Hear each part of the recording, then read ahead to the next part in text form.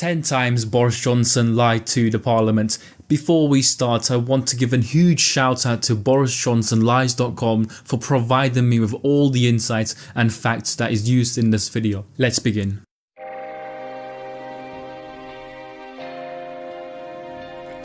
Prime Minister. Speaker, as I said to the right honourable gentleman, and I fought to have tougher action against rapists and sexual offenders throughout my time as Mayor of London, and of course to all the victims of rape and sexual violence, all the victims and survivors. Of course, I say sorry for the trauma that they have been through, the frustration that they go through because of the inadequacies of the criminal justice system. We are fixing that. We're fixing that with £1 billion in clearing the court backlogs, in ensuring that they have people that they can listen to and entrust who will help them through the trials of the criminal justice experience. Unfortunately, this is another lie told by Boris Johnson, because if you look at the HM Treasury Policy Paper 2020, it clearly outlines that £275 million was allocated to support the criminal justice system instead of the £1 billion that Boris Johnson had quoted. Plus, under the Tory government regime,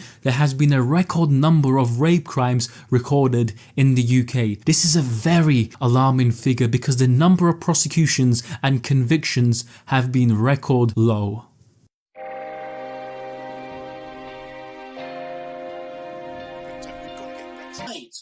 Will he publish all personal exchanges on these contracts before the end of the day? Prime Minister. Mr. Speaker, of course, there's absolutely nothing that to conceal about this, and I'm happy to share all the details with the House, as indeed I've shared them with my officials immediately. This is another lie told by Boris Johnson to cover up for all the corruption that is going on between him and his Tory friends. If you actually look at the official statement that Number 10 did produce, it did not include all the statements, all the details between the messages he had with James Dyson. Sadly, it was just only a description, no text messages, nothing whatsoever.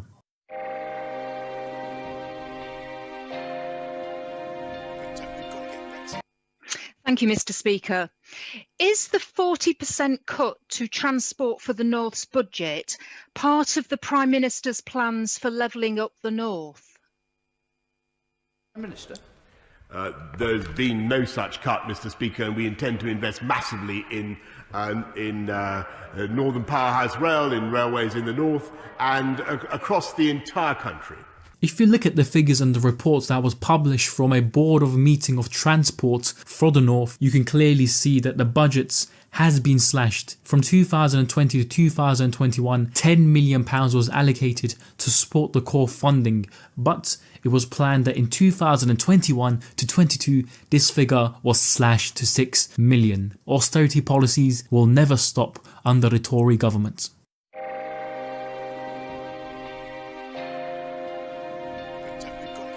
Course that we have rolled out vaccines faster than any other country in Europe. 96%, Mr. Speaker, of people over 50 now have had a vaccine. 68% of people have had 2 jabs, Mr. Speaker. What we're trying to say to the country today, and I think the single most important serious message is, if you have not yet had your second jab, please come along and get it. And if you're over 50 and you still haven't had your second jab, or over 40, please come and get it as well. And never forget, Mr. Speaker, that if we'd followed the advice of the right honourable gentleman, we would have stayed in the European Medicines Agency and we would never have had the vaccine rollout at all.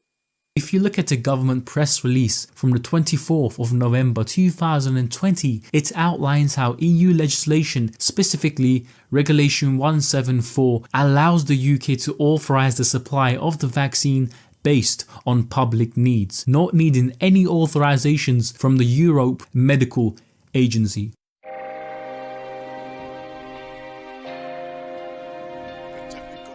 Been budgeted for and now it's being taken away. He shakes his head. His MPs voted for it. So why, after everything the NHS has done for us, is he now breaking promise after promise? Prime Minister. Mr. Speaker, he voted against the document in question, which is to crown the absurdity of his point. This is a lie used to slander Keir Starmer, because if you actually look at the records, there was no Commons vote on this measure, sadly.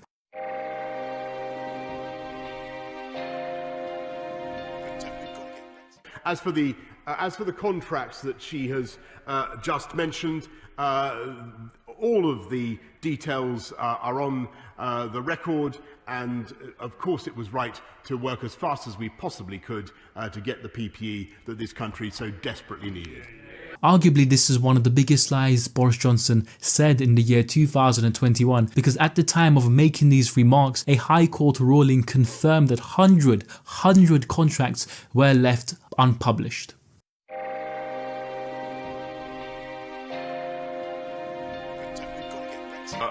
Mr. Speaker, I must respectfully inform the Honourable Lady that the current Mayor of London had effectively bankrupted TfL before coronavirus had even hit and left a massive black hole in its finances, and any need to make up that deficit is entirely down to him. It is entirely his responsibility. Any expansion of the congestion charge or any other measure taken to improve the finances of TfL are entirely the responsibility of the bankrupt current Labour Mayor of London.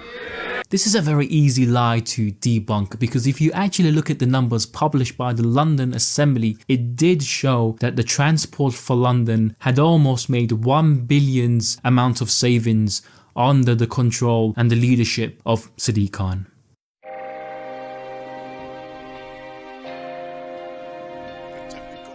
Mr. Speaker, we can see that it's common sense for people in confined spaces to wear a face mask out of respect and courtesy to others, but such as on the tube. But what we're doing, Mr. Speaker, is cautiously, prudently moving from legal diktat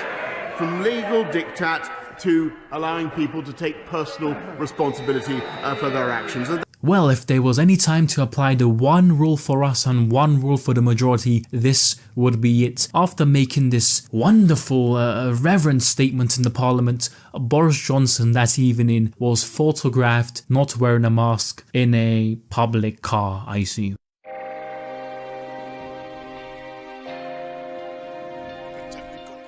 Today marks 5 years since this country voted to leave the European Union.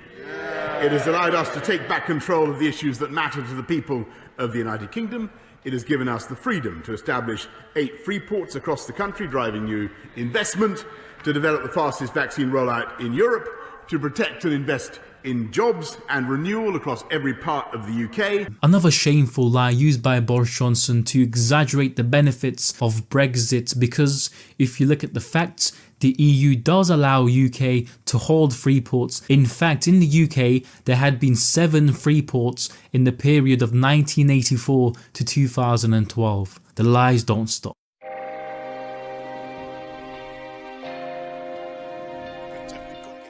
Mr. Speaker, I apologise unreservedly for the offence that it has caused up and down the country, and I apologise for the impression that it gives. But I repeat, Mr. Speaker, that I have been repeatedly assured since these allegations emerged that there was no party and that no COVID rules were broken, and that is what I have been repeatedly assured. But I have asked the Cabinet Secretary to establish all the facts and to report back as soon as possible. And, Mr. Speaker, it goes without saying that if those rules were broken, then there will be disciplinary action for all those involved. Mr. Speaker, this morning I had meetings with ministerial colleagues and others, and in addition to my... This is recorded. His fictional party was a business meeting. And it was not socially distanced. Last but not least, the biggest lie of them all. Do you wish to swear? I'll swear. I swear by Almighty God that I will be faithful and bear true allegiance to Her Majesty Queen Elizabeth, her heirs and successors, according to law. So help me God.